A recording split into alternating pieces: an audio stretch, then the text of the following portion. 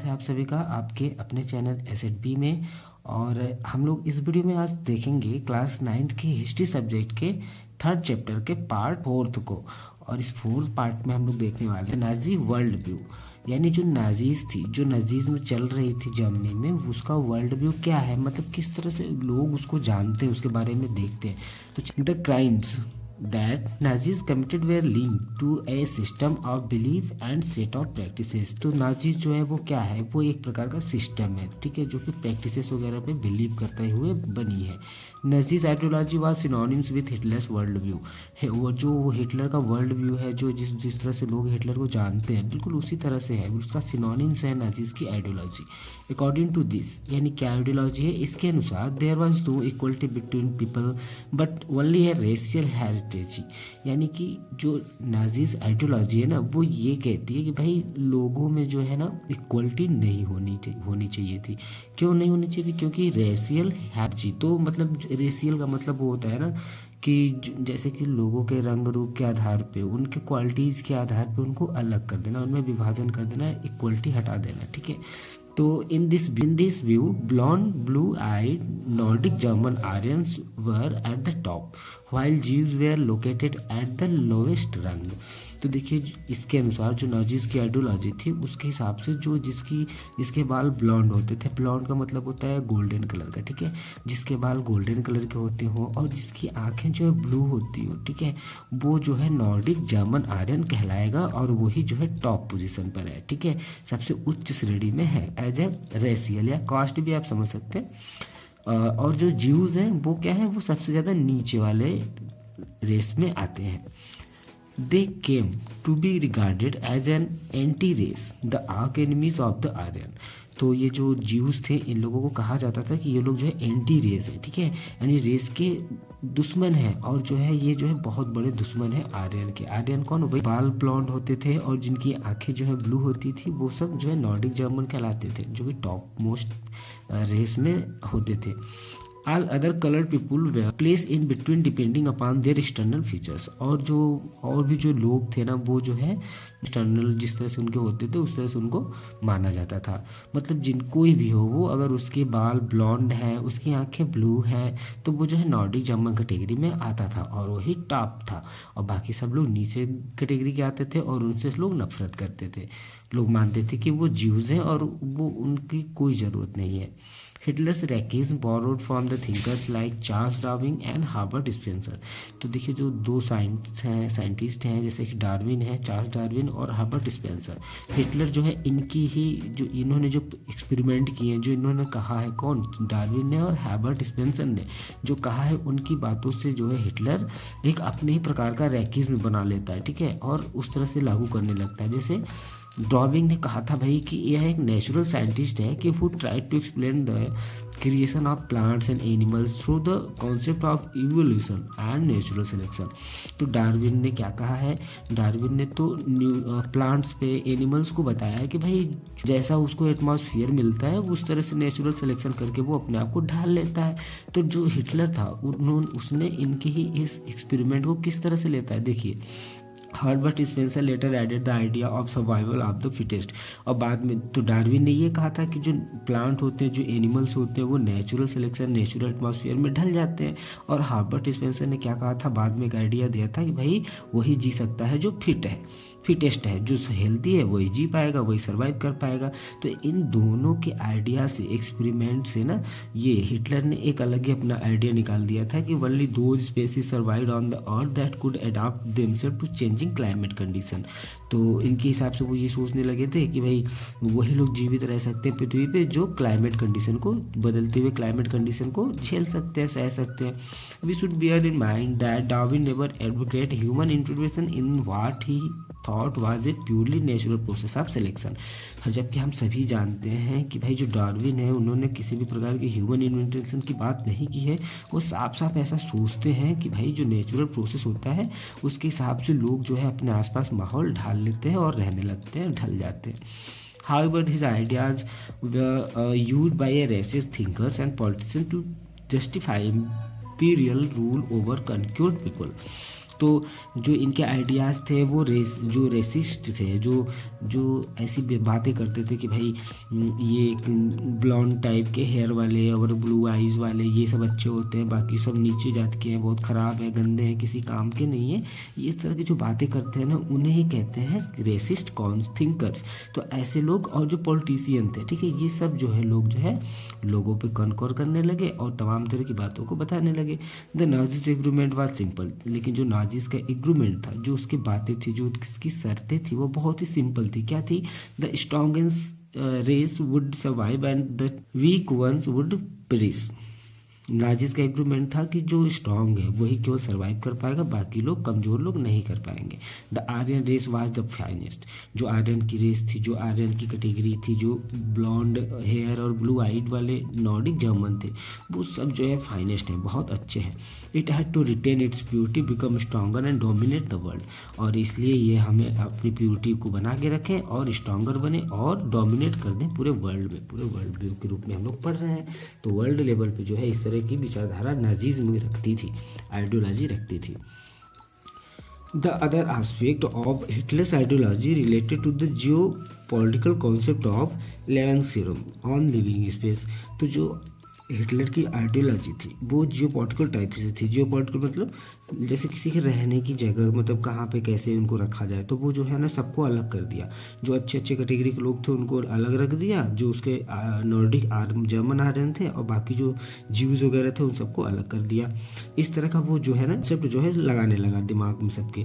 ही believe, वो विश्वास करता था that new territories had to be acquired for settlement, और भी बहुत सारे टेरिटरीज की ज़रूरत पड़ेगी हमारे सेटलमेंट के लिए, हमारी जर्मनी की सिटीजन्स को रहने के लिए। किसको रहने के लिए? जो नॉर्डिक जर्मन आर्यन है उसको रहने के लिए, और भी हमें जगहों की ज़रूरत है। तो वो नए नए टेरिटरीज वगैरह को कनकोर करने लगा। और this would enhance the area of the mother country while enabling the settlers on new land to retain and intake link with the place of their origin. ऐसे जो है जगह अपना वो बढ़ाने लगता है, मदर कंट्री को, अपने ही देश को बढ़ाने लगता है, और धीरे धीरे जो आसपास के उधर के जो लोग जाते हैं वहाँ पे रहने, सेल्टर्स, उन लोगों के नए नए ज़मीन देता है रहने के लिए, और लोगों को कहता है कि अपने ओरिजिन के बारे में बातों को फैलाओ, लोगों को अपने पक्ष में करो, ठीक है। It would also enhance the material resource and power of the German nation. इस तरह से जर्मन नेशन के जो मटेरियल रिसोर्सेज हैं और जो पावर है वो भी धीरे धीरे इनहेंस होने लगेगी। Hitler intended to extend German boundaries by moving eastward to concentrate all German geographically in one place. तो हिटलर जो है धीरे धीरे बाउंड्रीज को बढ़ाने लगता है अपने ईस्ट वार्ड डायरेक्शन में। चलिए एक तरफ मैप की तरफ चलते हैं। वर्ल्ड व्यू मैप है, आप देख सकते हैं जर्मनी यहाँ पर है, तो फिर ये यहाँ से ऐसे ईस्ट वार्ड डायरेक्शन में ऐसे ऐसे ऐसे पूरा बढ़ाने लगता है अपना, और फिर ये धीरे से जर्मनी जो है पोलैंड पे भी अपना कब्जा कर लेता है और पोलैंड पे भी अपना राज चलाने लगता है, बाकी रिसोर्सेज वगैरह का भी यूज़ करने लगता है। और Poland became the laboratory for this experimentation. तो जो इस तरह के उसके सेटलमेंट लेवेंसेरन टाइप के जो लिविंग स्पेस टाइप के जो उसके सिंटेक्स थे, जो उसके एस्पेक्ट उसने लगा रखे थे हिटलर ने, वो सब पोलैंड पे जाके वहाँ की लेबोरेटरी उसको बना के वहाँ पे एक्सपेरिमेंट करने लगा और जो लोगों तक बातों को फैलाने लगा। अब हम लोग देखेंगे establishment of the racial state. तो रेशियल स्टेट यानी कि अभी तो देखिए डिक्टेटरशिप चल रही थी वहाँ पे, हाँ, फिर उसके बाद रेशियल स्टेट हो गया, यानी कि वहाँ पे लोगों को अलग किया जाने लगा कि कौन से नॉर्डिक जर्मन हैं और कौन से ज्यूज हैं, तो कब कन्वर्ट हो गया, किस तरह से इस्टेब्लिश हुआ वहाँ पे रेशियल स्टेट, ये हम लोग देखेंगे। Once in power the Nazis quickly began to implement their dream of creating an exclusive racial community of pure German by physically eliminating all those who were seen as undesirable in the extended empire. Nazis का जो dream था, जो नजीज ideology थी, नजीज्म, उसका जो dream था Germany वहाँ पे पूरे जो लोग हो ना वो पूरे रेशियल कम्युनिटी से हो, प्योर जर्मन्स हो, ठीक है, फिजिकली रूप से बहुत ज़्यादा अच्छे हों, ठीक है। तो ऐसे लोगों का जो उसका रखने का पूरा ड्रीम था नाजीज्म की आइडियोलॉजी का, वो सब जो है वो प्रयास करने लगी और उन लोगों को एलिमिनेट करने लगी जो अनडिजराइबल थे, यानी जो प्योर जर्मन्स नहीं थे, और वो इस तरह से अपने साम्राज्य से उनको बाहर निकालने लगी। Nazis wanted only a society of pure and healthy Nordic Aryans. जो नजीज थी वो चाहती थी कि हम भाई एक ऐसी सोसाइटी हो हमारे पास जो प्योर और स्वस्थ हेल्दी रूप से नॉर्डिक आर्यंस हो उसमें। दे अलाउड डिजरेबल, जो डिजरेबल लोग हैं, only they were seen as worthy of prospering multiplying against the others who were classed as undesirable. तो और उन लोगों के साथ जो है वो बहुत ज़्यादा बुरा करने लगती है और बहुत से लोगों को वहाँ से हटा देती है, देश से निकाल देती है। This mean that even those Germans who were seen in impure or abnormal had no right to exist. इस तरह से जो बहुत जर्मन्स के लोग थे ना, जो रेसिलिस्ट थे, जो रेशियल टाइप की बात रखते थे, जो आइडियोलॉजी से प्रभावित थे नाजिज्म के, वो सब लोग जो है ना ऐसे अनडिजरेबल लोगों को इम्प्योर और एबनॉर्मल कह के जो है उनको कह दिया जाता था कि भाई तुम्हें कोई राइट नहीं है एग्जिस्ट रहने का, जीने का कोई अधिकार नहीं है। Under the euthanasia program, Helmut's father, along with the other Nazi officials, and had commitment to death many Germans who were considered mentally और physically unfit। तो जो हेलमट के पापा, लास्ट टाइम हम लोगों ने जो वीडियो में कवर किया था कि पापा को देखता है डरी डरी करते हुए और फिर उसके पापा उसके सामने गोली मार लेते हैं खुद को। तो जो हेलमट था उसके जो पापा थे वह भी जो है किसी और नाजीज ऑफिशियल से जुड़े हुए थे, मतलब ऑफिसर टाइप के थे उसमें, ठीक है। और उन्होंने बहुत सारे जर्मन जो कि मेंटली और फिजिकली अनफिट थे, जो विकलांग थे, जो थोड़े दिमाग से पागल थे, ऐसे लोगों को, ऐसे जर्मन्स को जो है बहुत से लोगों को मार दिए थे। कौन? हेलमट के पापा, क्योंकि वो भी नाजीज ऑफिशियल से जुड़े हुए थे। Jews were not the only community classified as undesirable। देखिए केवल Jews ही ऐसी कम्युनिटी नहीं है जिसको कि अनडिजरेबल कहा गया, बल्कि देयर वेयर ओदर्स, और भी बहुत सारे हैं, जैसे जिप्सीज हैं, है ना, ब्लैक लिविंग्स हैं नाजी जर्मनी में। ये सब जो रह रहे हैं ये सब इंटरफीरियर्स है, मतलब इनको कहा जाता था ना कि तुम लोग किसी काम के नहीं हो, इंटरफीरियर्स हो। Who threatened the biological beauty of the superior Aryan race, और जो है बायोलॉजिकल रूप से जो सुपीरियर आर्यन नहीं थे, ऐसे लोगों को जो है कहा जाता था कि भाई आप तो किसी भी काम के नहीं हो, तुमको तो जीने का अधिकार ही नहीं है। तो उनमें केवल ज्यूज ही नहीं थे, जिप्सीज वगैरह भी थे।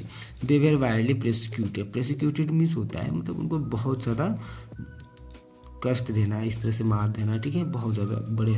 Even Russian and Poles were considered subhuman and hence undeserving of any humanity। Germany occupied Poland and parts of the Russia, captured civilians were forced to work as labor। Many of them died simply through the hard work and starvation। तो जब बाद में फिर Germany जो है Poland वगैरह के बहुत सारे हिस्से पे जो कवर कर लेता है, जीत जाता है, रसिया के जो सिविलियंस वगैरह थे उनको पकड़ के ये जो है जर्मनी बहुत से व्यापार वाले काम करवाता है और उनमें से बहुत सारे लोगों को तो बहुत बड़े बड़े काम दे देता है और स्टारवेशन के कारण वो लोग, यानी भूखमरी से, खाने पीने की कमी से वो मर जाते हैं, इतना ज़्यादा वो काम कराते हैं। Jews remain the worst offender in the Nazi Germany। Nazis' hatred of Jews had a precedent in traditional Christian hostility towards Jew। तो देखिए जो ज्यूज थे ना वो बहुत ज़्यादा नाजी जर्मनी में बहुत ज़्यादा बुरे माने जाते थे। नाजी का जो हैट्रेड था ज्यूज के लिए कि मतलब क्यों वो लोग नफरत करते हैं ज्यू से, वो इसलिए था ना कि भाई उन लोग को लगता था कि क्रिश्चियन के हॉस्टिलिटी है, मतलब ये क्रिश्चियन के मतलब गुनहगार है, मतलब ऐसा लगता था कि ये लोग जो है they had been stereotype as killers of Christ and usurers. ऐसा लोग मानते थे कि ये जो ज्यूज है ये लोगों ने मिलके क्रिस्ट को मारा है। और जो अनयूजर्स थे, अनयूजर्स मीन्स होता है ऐसे लोग जो पैसे देते थे ब्याज पे, इंटरेस्ट पे, ऐसे पैसे वाले लोगों को भी ये ज्यूज लोगों ने मारा है। ऐसा जो है स्टीरियोटाइप का हो गया था। Until medieval times Jews were barred from owning land। बाद में फिर जो है जो ज्यूज थे उनसे उनकी जो खुद की ज़मीन थी वो बैर कर दी गई और दे survive mainly through trade the money leading. और उनको बहुत ज़्यादा सर्वाइव करना पड़ा पैसे को लेके और उनके व्यापार को लेके, उनसे कोई सामान वगैरह भी नहीं लेता था, ऐसा मतलब बहुत सारे हो गए थे इसमें रूल जो कि नजीज में लगाए थे। They lived in separately mark areas called ghettos. तो इन लोगों को जो है अलग ही ग्रुप में कर दिया गया था, अलग ही जगह दे दिया गया था रहने के लिए, जहाँ पे लोग को इकट्ठा रखा जाता था, उसको गेटोज भी कहते हैं। They were often prosecuted through the periodic organised violence and exclusion from the land. जमीन को लेके वो उनके साथ बहुत ज़्यादा वायलेंस वगैरह और बहुत ही ज़्यादा प्रोसिक्यूटेड टाइप के व्यवहार किए जाते थे नाज़िज़्म के लोगों के द्वारा।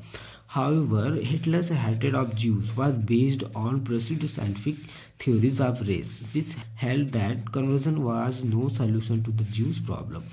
तो हिटलर जो है ना ज्यूज से नफरत क्यों करता था? वो इसलिए करता था कि भाई वो जो दो साइंटिस्ट थे डार्विन और वो, तो उन्होंने जो कहा था कि भाई जो इंसान होता है वो जैसे रहता है वो आसपास जो है उसी तरह माहौल में जीने लगता है। तो और दूसरे ने क्या कहा था कि भाई वही सरवाइव कर सकता है जो फिट है। तो इन दोनों की थ्योरी से हिटलर ने ना अलग ही जो है थ्योरी लगा ली थी ज्यूज को लेके कि भाई ये लोग प्रेसिड्यू साइंटिफिक रूप से खराब है, रेस में पीछे हैं, विकलांग हैं, कमज़ोर हैं, ये लोग कुछ नहीं कर सकते हैं और इनके लिए कोई सॉल्यूशन नहीं है, इनका कुछ नहीं हो सकता, इनको जो है मार ही दिया जाना चाहिए, जड़ से ख़त्म कर देना चाहिए। ऐसा जो हिटलर सोचने लगा था। It could be solve only through their total elimination. और जो मैटर है कि ये कमज़ोर हैं, विकलांग है, देश के ऊपर बोझ हैं, इस तरह की जो भावनाएं हो गई थी हिटलर्स और नाज़िज़्म की आइडियोलॉजी से लोगों के अंदर, वो जो है यही मानते थे कि भाई अब इसका एक ही सोल्यूशन है कि पूरी तरह से इनको एलिमिनेट कर दिया जाए, ज्यूज़ को मार दिया जाए। तो 1933 से और 38 जो टेटराइज थे और जो पेपराइज थे और जो सिगरेटेड थे ज्यूज को लेके, वो बहुत ज़्यादा भयंकर थे और उनको जो है देश छोड़ने पे मजबूर कर दिए। तो देखिए टेटराइज मिस होता है आतंक, मतलब उनको आतंकित करना। पेपराइज्ड मिस होता है, देखिए यहाँ पे दिया हुआ है, पेपराइज्ड मिस होता है रिड्यूस टू एब्सोल्यूट प्रॉपर्टी, यानी उनको गरीब बना देना, उनका सब कुछ छीन लेना, इस तरह से उनकी सारी ज़मीनों को छीन लेना, उनको गरीब कर देना और उनको टेटराइज आतंकित करना, बहुत ज़्यादा परेशान करना, इतना तंग कर देना कि वो बेचारे सब कंट्री छोड़ के ही चले गए। The next phase 1939 to 45 am the concentrating them in certain areas and eventually killing them in gas chamber in Poland. और बाद में लगभग 1939 के बाद से और 45 के बीच में, उसमें वर्ल्ड वार चल ही रहा था आपको पता ही है, तो उस दौरान जो है जर्मनी में ये जो नाज़िज़्म थी ये यही कर रही थी। क्या कर रही थी, ऐसे लोगों को तो परेशान इतना कि ये लोग देश छोड़ के चले गए और बाद में फिर इसने एम बना लिया कि भाई अब ऐसा करो, ध्यान से देखो, जिस एरिया में ये लोग दिखाई देना उनको वहाँ पे मार डालो, गैस चैम्बर वगैरह में डाल दो जो पोलैंड में बनाए गए थे। तो बहुत ज़्यादा बुरा करती है ये नाज़िज़्म। अब हम लोग देखेंगे the racial Utopia. Utopia means होता है ना, मतलब एक प्रकार का खबर फैलना, मतलब अच्छा खबर फैलना। तो रेशियल जो चीज़ें थी, जैसे कि जो प्योर है, प्योर जर्मन्स है जिनके ब्लॉन्ड जो है हेयर है, जिनकी ब्लू आइज है, तो ये जो प्योर हैं, ये जो अच्छे हैं, ये ही अच्छे हैं, बाकी सब जो है गंदे हैं। इस तरह की भावनाओं को जो फैलाने वाले काम थे उन्हें रेशियल उटोपिया कहते हैं। तो स्टार्ट करते हैं इसको। Under the shadow of war, युद्ध चल ही रहा था, the Nazis proceeded to realise their murderers racial ideal. जो नजीज थी उन्हें जो है लोगों को एहसास करना शुरू कर दिया और रेशियल टाइप से जो है जो नीच लोग थे उनको मर्डर करना शुरू कर दिया। Genocide and war became two sides of the same coin. एक सिक्के के दो पहलू की तरह, भाई एक ही देश है उसमें दो जगह के वार चल रहे हैं, एक बाहर से भी और एक घर में भी चल रहा है उसके। जीनोसाइड वार, जीनोसाइड मतलब होता है ना जीन्स के आधार पर, मतलब जो विकलांग है, जो प्योर आर्यन नहीं है, जो प्योर जर्मन नहीं है, जिनके बाल ब्लॉन्ड नहीं है, जो ब्लू आइज नहीं है, ये लोग जो है ना बहुत ज़्यादा बुरे हैं हमारे लिए और जो है इनको जो है इनका मर्डर कर दिया जाना यही अच्छा होगा। और फिर पोलैंड वाज डिवाइडेड, अब फिर बाद में पोलैंड को डिवाइड कर दिया जाता है। Much of north western Poland was annexed to Germany. अधिकतर जो पोलैंड का हिस्सा था नॉर्थ वेस्टर्न वाला पार्ट वो जर्मनी के कवर में था। Poles were force to leave their homes and properties behind to be occupied. The ethnic Germans brought in from occupied Europe. तो जो वहाँ के लोग थे ना, वो लोग अपने घर प्रॉपर्टी वगैरह को छोड़ के वहाँ से जो चले गए जर्मन्स के कारण, ठीक है। और Poles were like cattle in the other part called the general government, the destination of all undesirable of the empire. Members of the police intelligentsia were murdered in large numbers in order to keep the entire people intellectually and spiritually servile. तो बहुत सारी जगहों पे जाके जो ये लोग जाते हैं नाज़िज़्म के लोग, तो बहुत सारे अनडिज़ायरेबल लोगों को मार देते हैं और इन लोगों को मर्डर कर दिया जाता है इनका, और अलग ही लोगों को लोगों से इंटेलेक्चुअली रूप से और स्पिरिचुअली रूप से अलग ही रखा जाता है। Polish children who looked like Aryans were forcibly snatched from their mothers and examined by the race expert. तो जो उस तरह के लोग थे, उस तरह के बच्चे थे जिनकी आंखें जो है ब्लू होती थी, जिनके बाल जो है ब्लॉन्ड होते थे, इस तरह के बच्चे जो थे ना उनको उनकी मम्मियों से छीन लिया जाता था, भले वो ज्यूज के ही बच्चे क्यों ना हो, उनको छीन लिया जाता था, ठीक है। और इसको जो है फिर रेस एक्सपर्ट्स में शामिल कर लिया जाता था और उन लोग को बहुत सारी चीज़ों से ट्रीट किया जाता था। If they pass the race test they were raised in German families, and if not they were deposited in orphanages where most persisted. तो जो ऐसे बच्चे होते थे, छोटे बच्चे जो पास कर जाते थे इस रेस को, इस एग्ज़ाम को, जो भी रेस एक्सपर्ट लेते थे, तो उसको फिर जर्मन फैमिलीज में रखा जाता था, उसका पालन पोषण होता था बहुत अच्छे से, और जो नहीं हो पाते थे उन लोगों को जो है परिष्कृत कर दिया जाता था, अधिकतर को तो मार दिया जाता था, और जो अनाथालय घर होते हैं वहाँ पर रख देते थे, और बाद में फिर वो बच्चे मर जाते थे। With some of the largest ghettos and gas chamber the general government also serve as killing field for the Jews. बाद में फिर जो बड़े बड़े गेटोज वगैरह बनाए गए थे जहाँ पे ऐसे लोगों को रखा जाता था। कौन से लोगों को? ज्यूज वाले लोगों को, जो प्योर आर्यन नहीं थे, ऐसे लोगों को जहाँ पे गेटोज में रखा जाता था, और गैस चैम्बर वगैरह में ऐसी जगहों पे जो है अक्सर जो है जनरल गवर्नमेंट जो है ज्यूज वगैरह को मारने के लिए भेजा करती थी। एक फिगर है आपके सामने, देखिए, ये कुछ कंटोनमेंट ट्रेन के डिब्बे जैसा है, तो ये है, this is one of the freight cars use to divert Jews to the death chambers. Death chambers में बहुत टाइप से ये बना हुआ है, इसमें भी ज्यूज वगैरह को मारा जाता था। स्टेप टू डेथ है, किस तरह से लोगों को मारा गया, तो देखिए, एक्सक्लूजन 1932 to 39, यानी 6 ईयर्स में you have no right to live among us as citizens. हम आप लोगों को कोई अधिकार नहीं है हम जैसे सिटीजन के साथ रहने का। किसको कहा गया है? ज्यूज को कहा गया। देखिए, इसमें लिखा हुआ है, only person of Germans or related blood with henceforth of German citizens enjoying the protection of the German Empire। मतलब जो जर्मन, जिनके अंदर जर्मन का खून है, जिनमें जो प्योर जर्मन के लोग हैं, वही लोग केवल सिटीजन्स के रूप में यहाँ पे एंजॉय कर सकते हैं, यानी रह सकते हैं, बाकी लोग नहीं। और लोग जो मैरिज करेंगे ना, वह भी जीवो जर्मन आपस में नहीं कर सकते, पूरी तरह बैन कर दिया गया। एक्स्ट्रा मैटेरियल जो रिलेशन हुआ करते थे ज्यूज जर्मन के बीच में, उसे क्राइम मान लिया गया। और जो ज्यूज थे उनको भी ये भी हक नहीं दिया गया कि भाई आप नेशनल फ्लैग को फ्लाई कर सके, ठीक है। और भी कुछ लीगल मेजर्स थे उनके लिए, जैसे कि जीविस की बिजनेसेस थी, उनमें उनसे कोई सामान नहीं खरीदेगा, और जो गवर्नमेंट सर्विसेज हैं उनमें से उनको निकाल दिया गया ज्यूज वगैरह को, और उनको भी मजबूर कर दिया गया कि अपनी प्रॉपर्टीज वगैरह को, ये सबको बेच दें वो।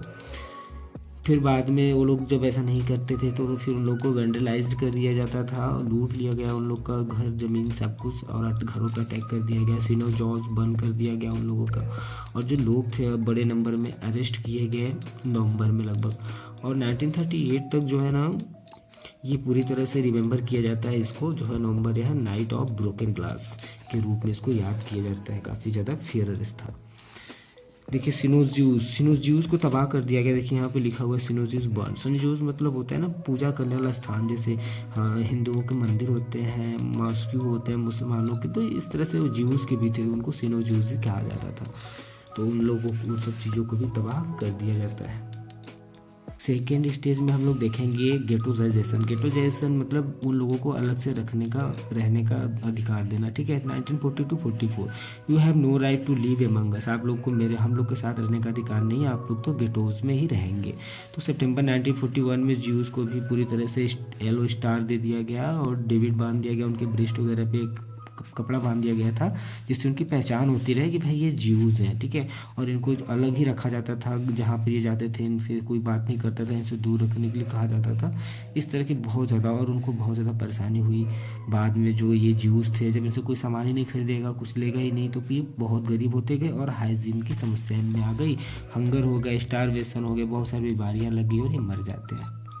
तो इस तरह से 2 स्टेज में लोगों को मार दिया जाता है। फिर 3rd स्टेज में एनिहिलेशन होता है। एनिहिलेशन में होता है कि आपको हमारे साथ जीने का कोई अधिकार नहीं है। तो ऐसे लोगों को मारने के लिए देखिए फिगर यहाँ पे दिया हुआ है, killed while trying to escape. मतलब बिजली के तार होते थे, इसमें इलेक्ट्रिसिटी होती थी, इस तरह से भी लोगों को मार दिया जाता था। ये आप देख रहे हैं, piles of cloth outside the gas chamber. Gas chamber में जितने ज्यूज वगैरह को सबको मारा गया, तो उन सबके ये कपड़े हैं गैस चैम्बर के बाहर, मतलब लोगों को नंगा करके मारा जाता था ना, तो वो जो है उनको उनके कपड़े वगैरह बाहर ही से पड़े रहते थे। ये पिक कुछ उसी तरह से है। तो बहुत ज़्यादा बुरी तरीके से वो लोग बिहेव करते थे। ज्यूज फ्रॉम जिस houses concession camp gate house different, ये सब वही है, ठीक है। ये देखिए, ये है कॉन्सेंट्रेशन कैंप है ये, ठीक है। और आप लोग देख रहे हैं, ये जो है, ये देखिए वो है कि shoes taken away from the prisoners before the final solution. Final solution का मतलब होता है आखिरी में उनको मारते वक्त उनका जो फाइनल सोल्यूशन हो रहा है, मतलब आखिरी उनका हो रहा है, उनका निराकरण हो रहा है। तो उस समय जो प्रिजनर्स थे ना, वो उन लोगों उनके जो जूते थे वो सब बाहर ही निकाल दिए जाते थे, मतलब कपड़े वगैरह निकाल दिए जाते थे, फिर उनको मारा जाता था। अजीब तरीके से मतलब हिटलर्स के और नाजीज़ की आइडियोलॉजी थी। तो आप देख सकते हैं कितना ज़्यादा मतलब सूस पड़े हुए, सोचिए कितना ज़्यादा नाजीज़ ने क्राइम किया हुआ है। अब हम लोग देखेंगे यूथ इन नाजी जर्मनी। जो नाजी जर्मनी थी वहाँ पे जो यूथ थे वो कैसे थे, उनके साथ क्या बिहेव होता था। Hitler was financially interested in youth of the country. जो हिटलर था वो बाद में फिर बहुत ज़्यादा इंटरेस्ट रखता था वो कंट्री के यूथों में। he felt that a strong Nazi society could be established only by teaching children the ideology। उसका यह मानना था कि भाई नाजीज तभी फैलेगा सोसाइटी में जब स्कूल में बच्चों को सिखाया जाएगा नाजीज की आइडियोलॉजी को। This require a control over the child both inside the outside school. या और इसके लिए जो है कंट्रोल होना पड़ेगा, कंट्रोल रखना पड़ेगा बच्चे पर भी, स्कूल में भी और स्कूल के बाहर भी। What happened in schools under Nazism. Nazism के अंतर्गत स्कूलों में क्या हुआ होगा। All school were cleansed and purified. सभी स्कूल जो है क्लीन्स और प्योरीफाइड का मतलब ये है कि वहाँ पे केवल आर्यन के ही बच्चे रहेंगे, यानी प्योर जो होंगे, जिनके हेयर कैसे होंगे, ब्लॉन्ड होंगे, जिनकी आंखें ब्लू होंगी, ठीक है, ऐसे बच्चे, यानी इन सब बाकी अलावा जो थे वो गंदे थे, उनको प्यूरिफाई कर दिया गया, हटा दिया गया। This mean the teacher who were Jews और सीन एज पॉलिटिकली अनरिलायबल वर डिसमिस्ड। इसका मतलब ये है, क्लीन प्यूरिफाइड का मतलब ये है कि ऐसे टीचर जो ज्यूज थे, ठीक है, या फिर ज्यूज जैसे दिखते थे या जो पॉलिटिकल रूप से अनरिलायबल होते थे हिटलर के लिए, उनको डिसमिस कर दिया गया। Children were segregated, Germans and Jews could not sit together or play together। और बच्चे जो थे उनको सेग्रेटेड कर दिया गया। जर्मन्स के बच्चे, ज्यूज के बच्चे एक साथ ना बैठ सकते हैं, ना ही खेल सकते हैं।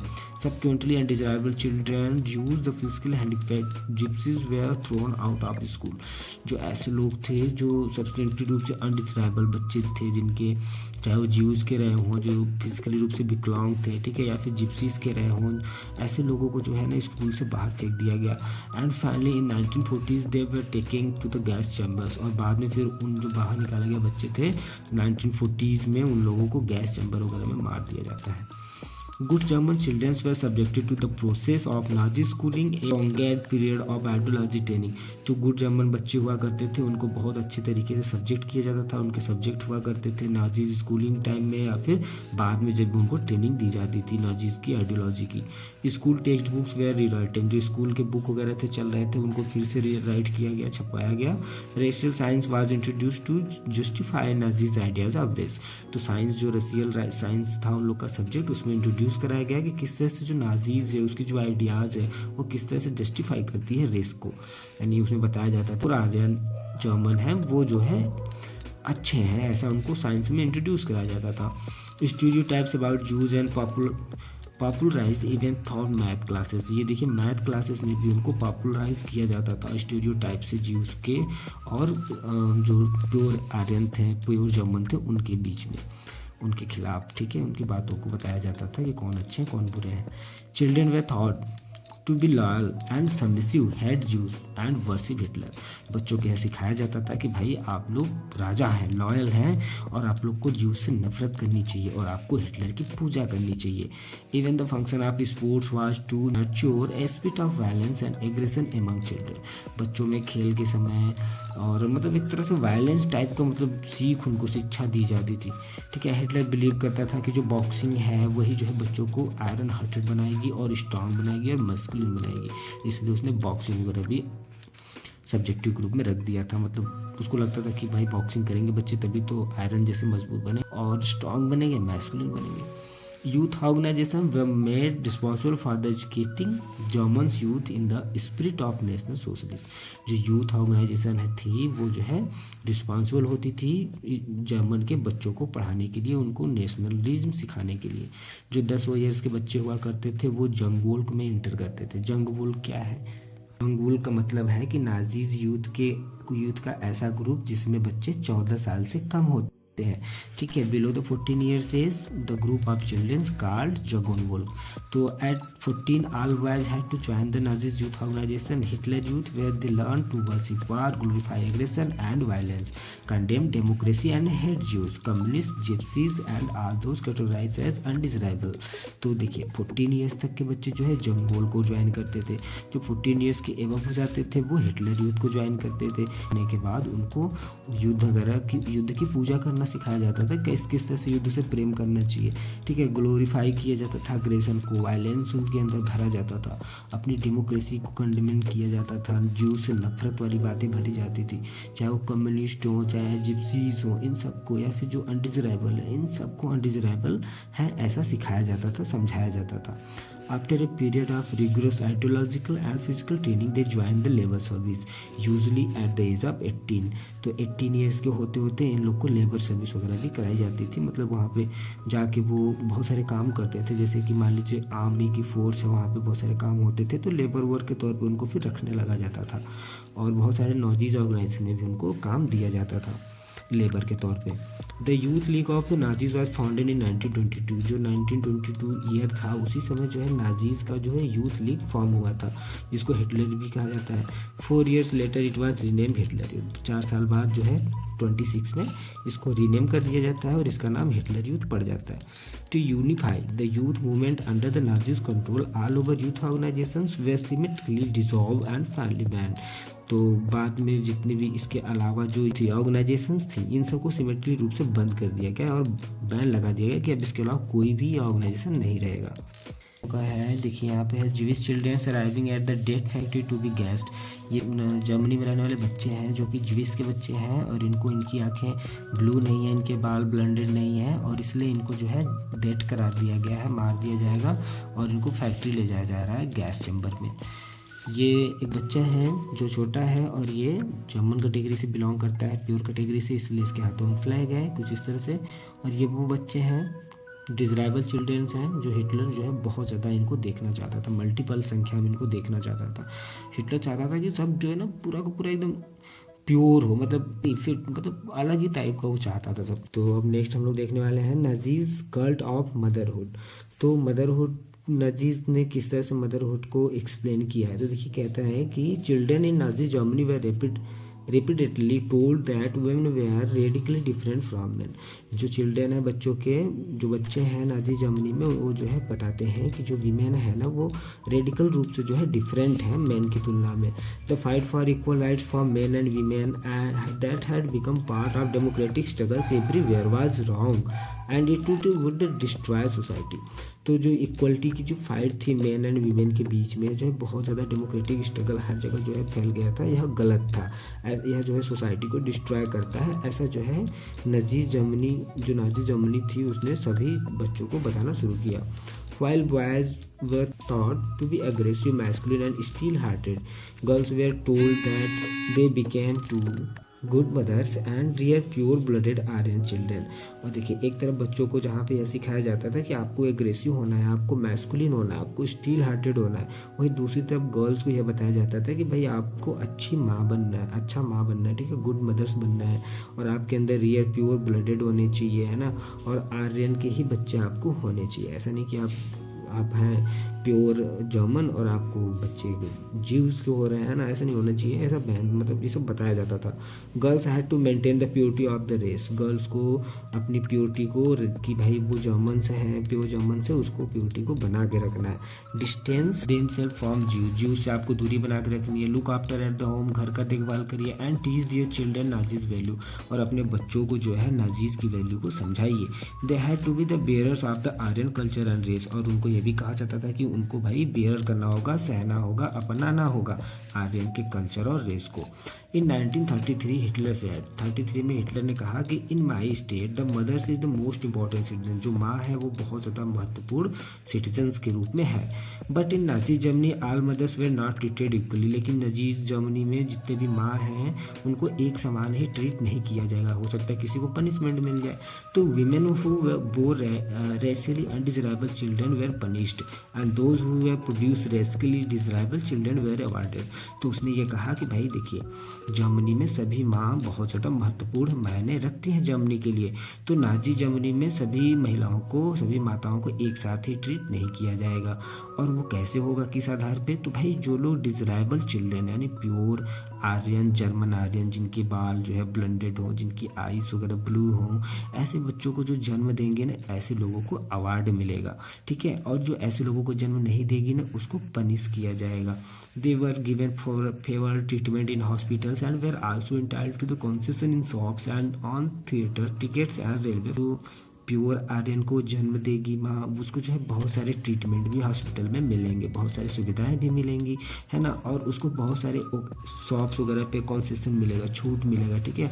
और बहुत सारे टिकट में छूट मिलेगा, जो भी थिएटर वगैरह के टिकट हैं, रेलवे के हैं, ये सब में उसको बहुत ज़्यादा सुख सुविधाएँ मिलेंगी जो प्योर जर्मन आर्यन को जन्म देगी।